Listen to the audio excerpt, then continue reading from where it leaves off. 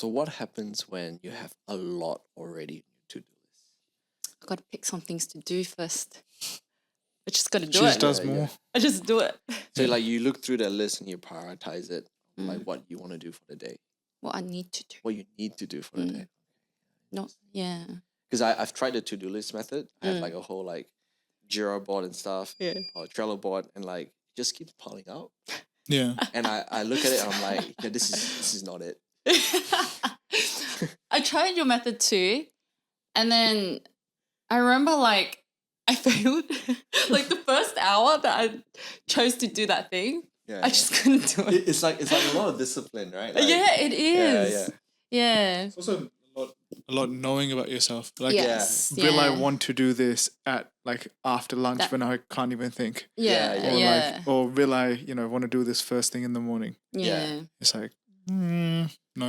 Yeah. But you're ambitious when you're planning though.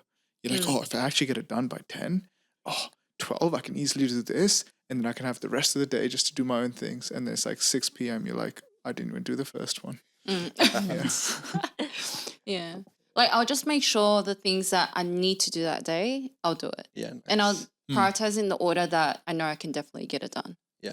I think Yeah. that works for me Yeah. too. Yeah. I'm a bit like you. Because But- once I miss the first one, I feel like my life is in shambles. Oh, okay. Yeah. I'm like, oh no, like I don't know how to finish the rest. Or like I have to reorder it and that'll stress me out. Right. I Okay. think doing like the toughest thing works. Yes. first for me works for too. me. The Like, toughest me- one first. yeah. Because then you feel like The you've rest of the built days- momentum Mm. and everything else just becomes easier. I thought you would do the easiest one first, so that you build momentum. I think I got this from like some whatever coaching or efficiency coaching, whatever thing I saw online. But I think it definitely works. Even if you like go, I think now that I've looked into what like dopamine and all that stuff, Yeah. it's more like trying to push like if you do a cold shower, if you do gym first, if you do something that sucks first, then everything else becomes easier. Right. Yeah. And I mean, that's why like I love going to the gym during the day, like in the afternoon. Yeah. Because body naturally is awake and wants to. But I find that if I do it in the morning, or like if I do a cold bath in the morning or whatever, boom, like I'm just switched on and like and if I tackle like some big problem, then the rest of them are just easy and it's just you're feeling positive as well because you've already tackled like the hardest. Yeah. Yeah. For some reason that works. But it's I don't know about how easy it is to maintain though, because you gotta always look to do the toughest thing first. Is gym considered a tough thing for you, or is it like? It is in the morning. Yeah, Because when you no, wake no. up, it's like, oh fuck, Yeah. I'm gonna have to go and like doing if you want to do hard sets and stuff, and you're getting lightheaded, and you're like, oh shit, Yeah. and that sucks. But yeah, I can see that it's not considered as tough for you, but No, I like gym in the morning because like for me, I'm a man of routine. Like I need to have a routine every morning. I can't handle routine as much. Right. Like for me, I'm still trying to figure that out. Yeah. Yeah. But like I can have you read Atomic Habits? Oh no, I've not read. Okay. I've heard. Yeah. So there's this cool thing, like, which is like, when you build a habit, best thing to do is to latch it onto another habit. It's an anchor habit, right? So if I go gym, straight after I'm having a cold shower, right? Fix my strap. Oops. Anyways, so I find that given that I don't follow a strict routine, what works for me is patterns, right? Like, so it'll be mini routines, right? So if I'm gymming, I'm eating well, or I'm taking a cold shower, or I'm meditating, right? And all of that will happen at the same time. And so typically if you look at your pattern, you look at your habits, one thing will trigger the other. So if you're used to like meditating after shower, then if you shower, it'll trigger your brain into being like automatically wanting to go do that thing, and you'll feel a little bit odd. Yeah. So it's easier. Yeah. So you can build habits into that as well. Yeah. Yeah. So I find that works for me. I sorry, did anyone else want to? Sorry, I'll just quickly yeah, refer sure. back to like tackling the toughest thing. So usually I like to do that, but I realized I don't wake up in the same mood every single morning.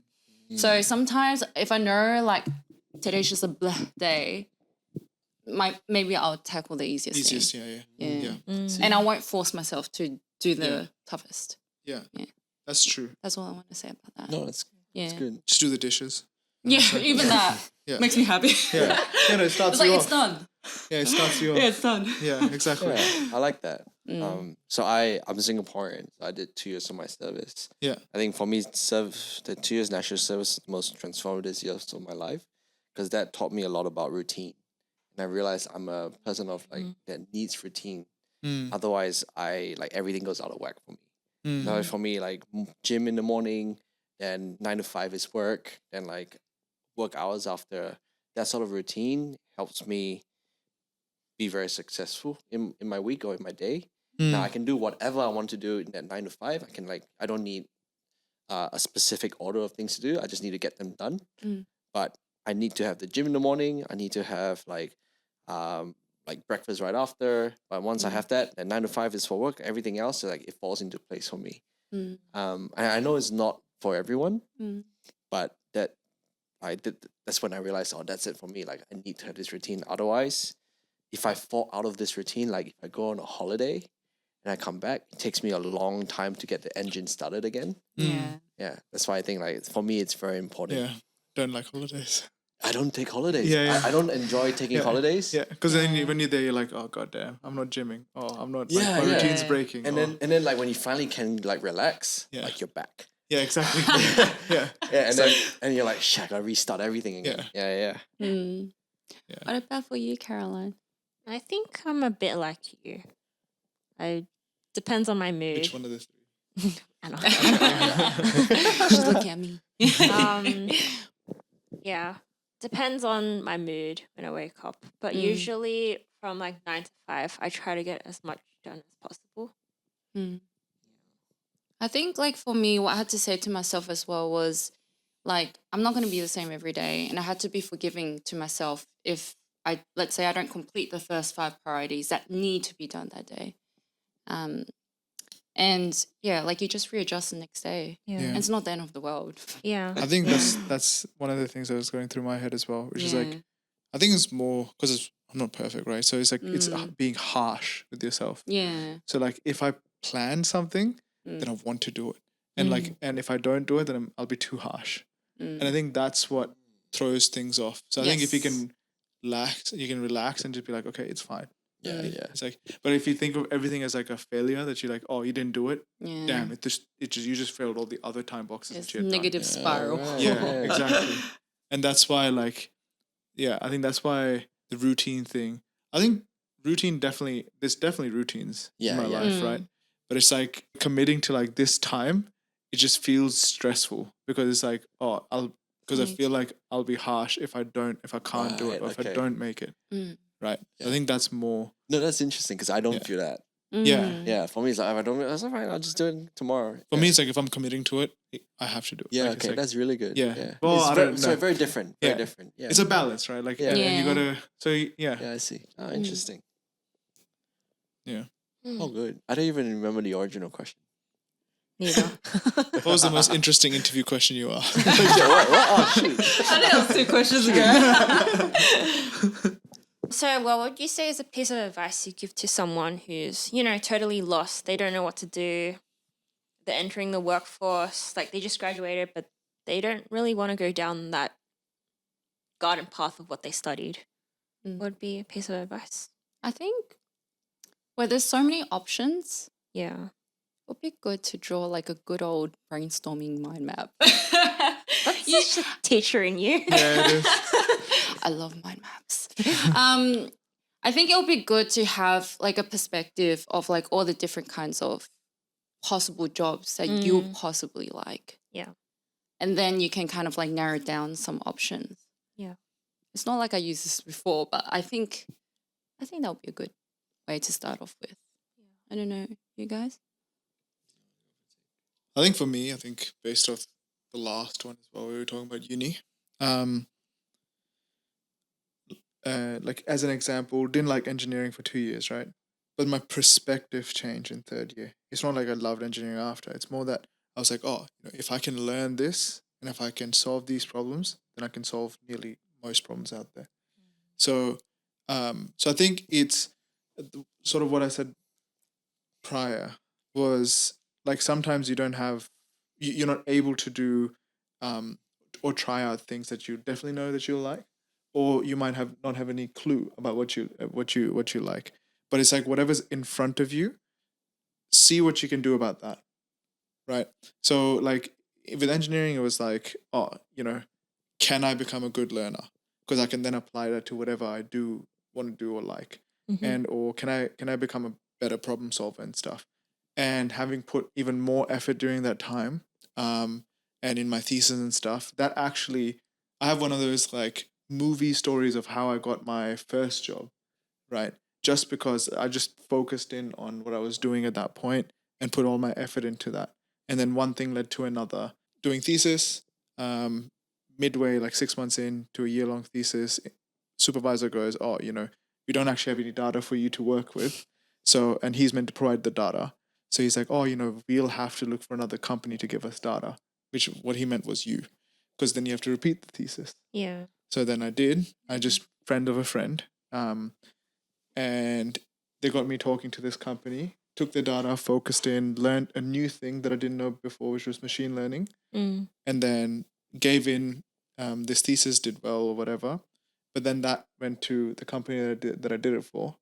Their chief engineer called me in and for a conversation, had that hour-long conversation of them asking me about all this stuff, and they offered me a job on the spot.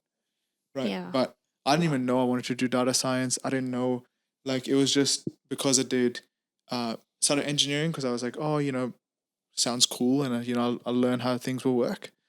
Next thing was like, oh, I like coding. Coding is interesting, so let's go towards mechatronics. And then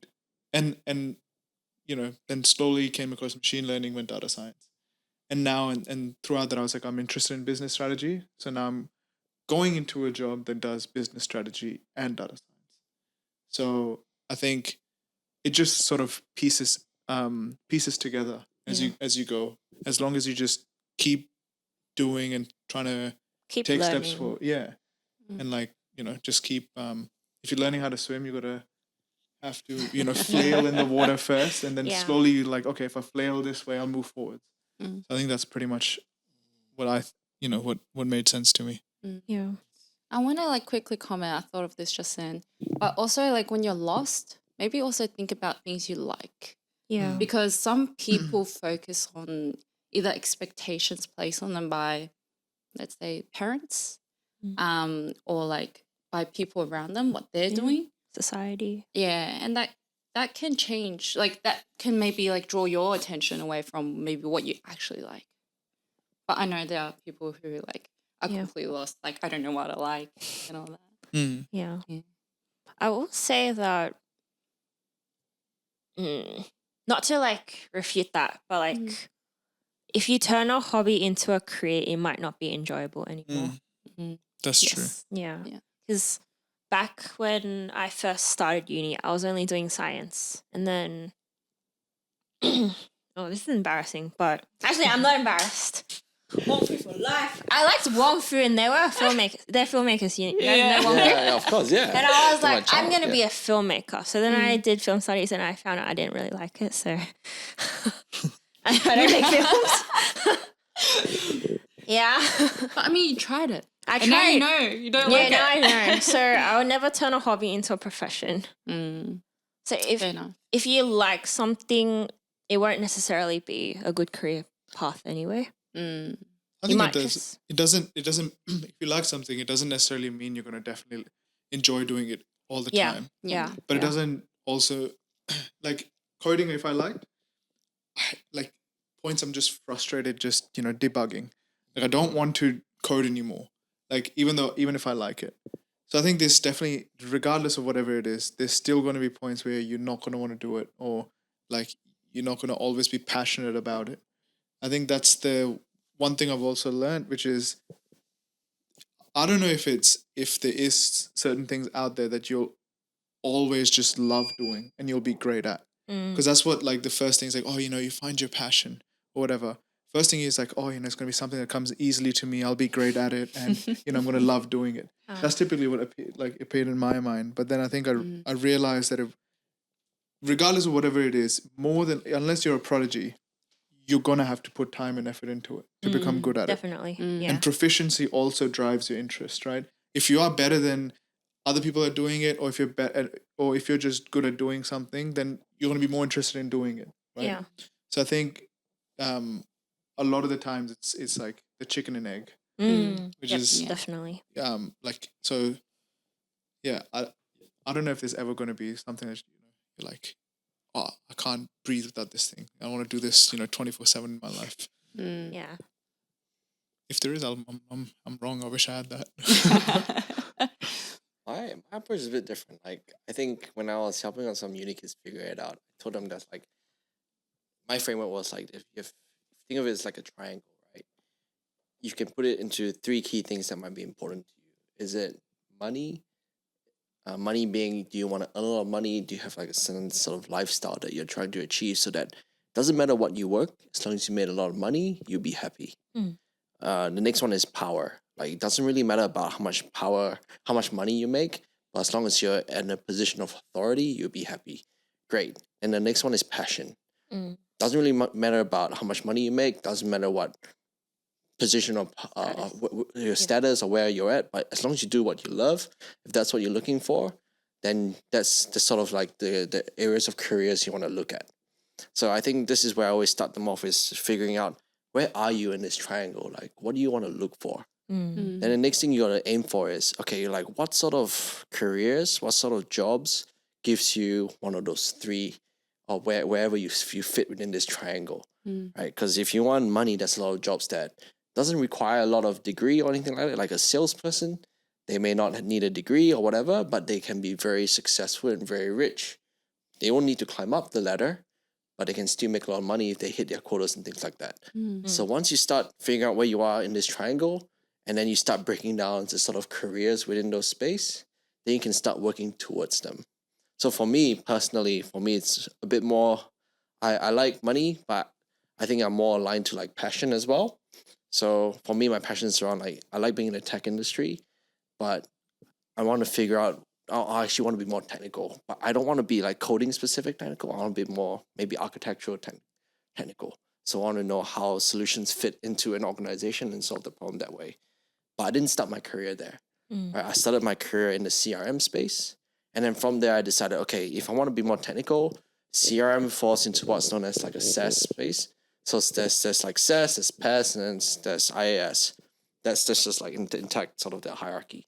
So I figured out, how do I move between each of these layers so that I get more and more technical? And then each jump that I move, what skills should I learn so that I prepare myself for the next jump? So whether that's learning more about a particular field of knowledge that I don't have yet and getting that information, whether that's talking to customers within a particular industry that uses that kind of tools a lot more. So I start breaking it down into like, what sort of skills do I need to learn? And every jump is a learning opportunity. So from there, I start moving until I reach a position where I'm happy where I'm at. Then I can start reevaluating my triangle again. Okay, I'm in this position. I've got all my passion now. Do I want to work towards having more power, more authority, or do I want to work towards making more money? Then I can reevaluate. Hey, okay, so where should I be in my career? If I want to have more authority, okay, I need to go into a management role. What are the steps do I need to get there? What skills do I need to get there? And then every jump next would be a learning opportunity, right? How do I evaluate myself to get to the next level? If I want to make more money, then it's easy. Like, do I need to make a career transition? Do I need to, what do I need to do next to get to that level of position? So for me, that triangle worked for me personally. I don't think I got it off a book or anything. I might have, but it's been something that I've used for a long time now. Something that I shared, I think has helped quite a few uni kids that I've talked to, just to figure out where they want to go next. But I think that's where what I like about it is very neutral. Doesn't matter what industry that you're in. It sort of helps you figure out what your next step is going to look like. And then just making sure that you're evaluating where you are. Are you happy where you are? Right? And happiness can come in many ways. Like, are you happy because you got a family now, you're happy to support them where you're at? Or is it because you're making enough money, you can figure out what you want to do next and things like that? Yeah, so for me, that's figuring out a good framework that works for yourself. That's pretty cool. Mm, The triangle's yeah. pretty cool. Yeah. Yeah. I didn't think of it that way. It's just how I like to think about it, because like I need a very so I learned from like Jungu, who learned from Colin. Right? I need a very structured approach. So how do I create a structure for myself? I find that replicating this a few times was a bit of a challenge, but it helped once I got to a place where this can be a replicated solution. Then it works. Then great. How do I just make it better and better? And this worked for me. Yeah. That's a good piece of advice. I would say. Yeah. Yeah. Hope it helps. If you make it this far to the podcast, take more risk. Yeah, I think I've been pretty risk averse throughout my career. Even though I made a few jumps, it's been in a place of comfort. I take more risks as in I'll try side hustles or side ventures that I'm willing to put money on. Because I think as you get older, there are things that makes you required to be more risk averse, like mortgages, marriage, things like that. But before that, I like to invest in cryptocurrency before Bitcoin hit like 150K, right? Like that would be GameStop. Yeah, I wish I did GameStop because I knew it was coming, but I didn't do it, right? I just wish I'd take a little bit more risk personally. I would network more. Like I would I was just gonna like say that. I was gonna say that. I just go schedule more coffees and stuff with people. Yeah. And just learn to just chat to them more. Yeah. Like Yeah. especially people way more senior and older than you. Yeah. Because I find that in itself, like I've seen the people that actually can do that and do that, and they grow really fast. And I think that has a lot of benefits. Yeah. But The beauty about that is it's not like crypto, right? Like the opportunity hasn't gone away. You can still do that. I think that's the beauty but about crypto yours. hasn't gone away either. I So know, you could but jump in and you never know what's going But to happen. if I did it 5 years ago, yeah, but now you're gonna say that 5 years down the track, and be like, if I did it that's 5 years true. ago, That's true. you never know. Yeah. Gamble, my friend. Gamble. Yeah. But yeah, no, 100%. I mean, that's always something I'm still trying to develop, and do. But if I could redo, then I would put more emphasis on that rather than just more trying to just work or focus on work skills, etc. Because I think they can teach you that faster as well, or like advise you better. Yeah. Which I find that now, I'm better at it and getting a lot more from it. Yeah. I think, my same thing, like networking.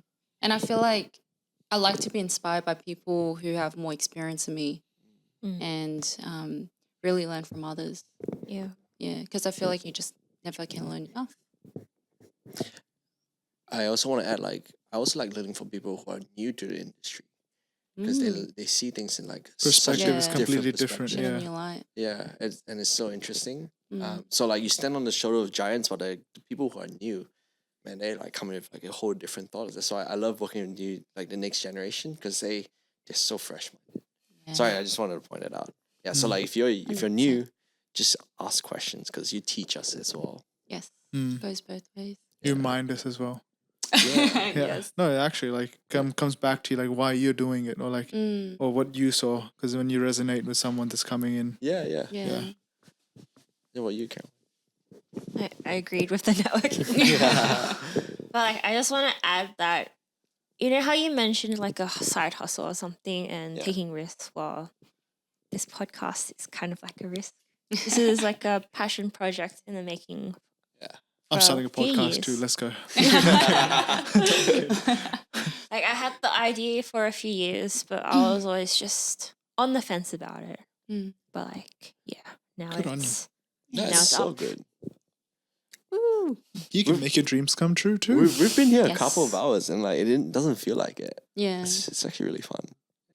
I feel like if you're watching this podcast and you have questions, you should definitely put it in Yes. send an email in or something. Yeah. Put it in the comments. Yeah. Put in the Drop comments, in the comments yeah. below. We will read every single comment. Yeah, I because do. Including the hate comments. because I think it's so So, important, right? if you Everything's send hate- feedback. Yeah, you're make gonna it pick hate. constructive. Just make it More constructive. love, less hate. Yeah, don't just say it's Yeah. shit. Just say Yeah. why it's shit, Yeah. so that we can make it better. Yes. Right. Actually, Constructive feedback. Yeah. That's right. We already know Constructive about criticism. Daniel's nose. You don't have to point it out. Yeah, that can't be fixed. That but can't like be most other fixed. things we can. Yeah, other things you'll sort out. What's that? Everyone's gonna go Yeah. back and look at Daniel's nose for no reason. That 5 views got to like 100,000. What's up with this man's nose? Well, thank you guys for joining in this podcast. I've had them on for 2 episodes, and there'll be plenty more. See you guys next fortnight. Thank you. Thank you. Bye. Bye. Yes.